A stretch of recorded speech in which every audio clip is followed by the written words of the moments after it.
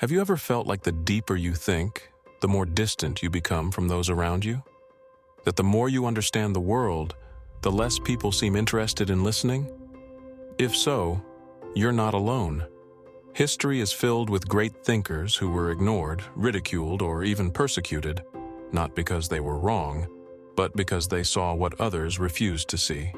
From Socrates to Copernicus, from Nietzsche to Tesla, some of the most brilliant minds in history were cast aside, not for their lack of intelligence, but because their ideas unsettled the comfortable illusions people preferred to believe. The German philosopher Arthur Schopenhauer once suggested that intelligence is not a gift, but a burden. The greater one's ability to see through the facades of society, the more isolated they often become. But why? Why does deep thinking provoke resistance rather than admiration? The psychology of intellectual isolation. Imagine standing next to someone who is physically strong. You might admire their strength, but it doesn't make you feel weaker. When you see someone who is wealthy, you might envy their success, but it doesn't threaten your sense of self. But intelligence, true deep intelligence, operates differently. It's not just another trait, it's a mirror. And when people encounter someone who thinks deeply, that mirror reflects back their own intellectual limitations. Psychologists refer to this as the mirror effect, a phenomenon where deep thinkers unintentionally highlight the shallowness of conventional thinking. Unlike wealth or physical strength, intelligence forces people to confront uncomfortable truths about their own knowledge and beliefs, and humans, by nature, resist discomfort. Why society pushes deep thinkers away? Throughout history, society has valued qualities like strength, charisma, and certainty more than intellectual depth.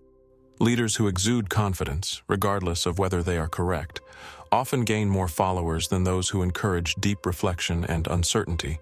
In social settings, people are drawn to those who make them feel good about themselves, not those who challenge their beliefs. Studies even show that confidence is often perceived as more valuable than competence.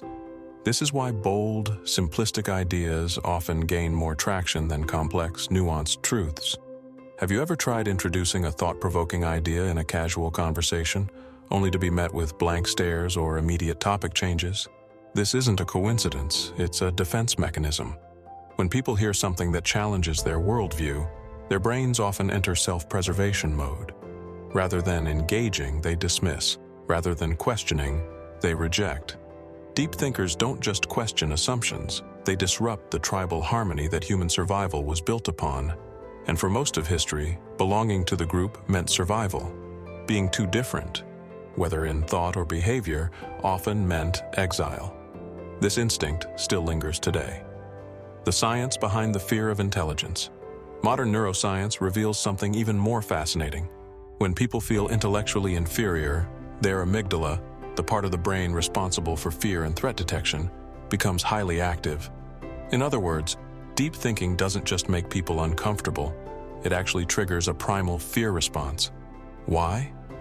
Because for most of human history, intelligence wasn't the key to survival, social acceptance was. Our ancestors didn't need philosophers, they needed cohesion, unity, and shared beliefs to maintain order and safety. A recent study at Stanford University uncovered another layer to this rejection of intelligence. Deep thinkers are often more accepted in one-on-one conversations but face resistance in group settings. When a single individual challenges the beliefs of a group, it's seen as a threat to the group's stability. People instinctively protect their social standing by discrediting or alienating the one who makes them feel lesser in comparison. This is why intellectuals, visionaries, and independent thinkers often struggle to find a place in large social circles, but thrive in private, meaningful conversations. Cognitive biases that reject deep thinking.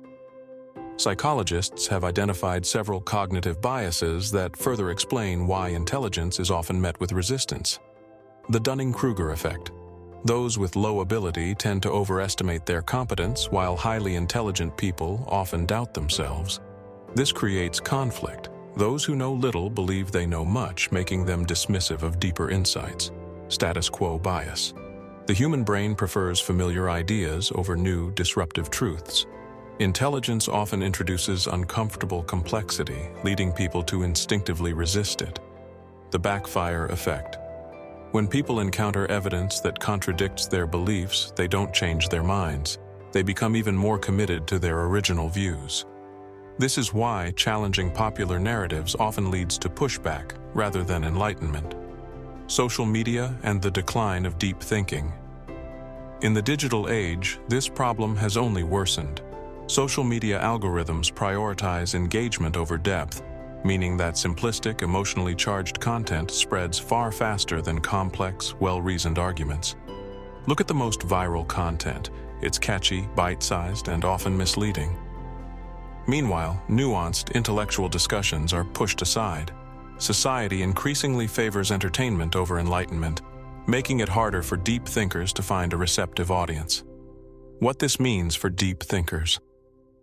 The rejection of intelligence isn't just social. It's biological, psychological, and cultural. It's ingrained in human nature, reinforced by group dynamics and magnified by modern technology. But this doesn't mean deep thinkers should stop seeking truth. Instead, it means understanding the forces working against them. Schopenhauer believed that the smarter a person is, the harder it becomes for them to connect with society. He argued that most people live controlled by the will to survive, seeking pleasure, comfort, and routine. But deep thinkers develop the will to truth, a relentless pursuit of understanding, no matter the cost. This creates a divide.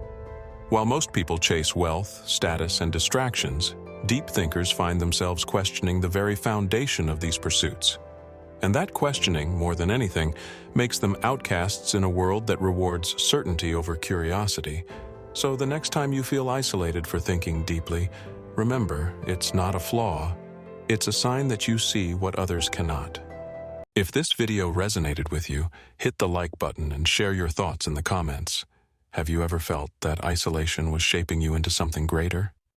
Subscribe for more deep insights on philosophy, psychology, and the hidden forces shaping our lives.